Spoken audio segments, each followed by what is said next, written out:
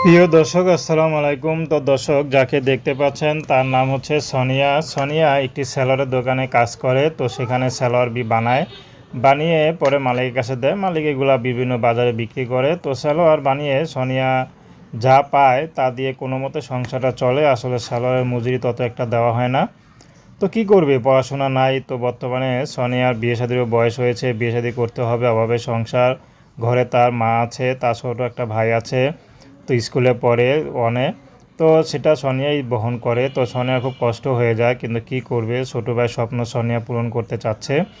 তো সোনিয়ার বড় ভাইও নেই, বাবাও নেই যে তার পাশে কেউ দাঁড়াবে। তো সোনিয়া এখন ইউটিউবে এসেছে, যদি ভালো একটা মানুষ তার পাশে দাঁড়ায়, সেই মানুষটি যেমনই হোক না কেন, সোনিয়া তাকে বিয়ে শাদী করতে রাজি আছে।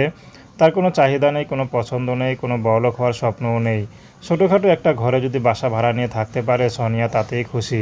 সোনিয়া স্বামীর ইনকাম কম হোক সমস্যা নেই। তো প্রেম ভালোবাসা বিয়ে শাদী আপনাদের ব্যক্তিগত ব্যাপার। আসসালামু আলাইকুম।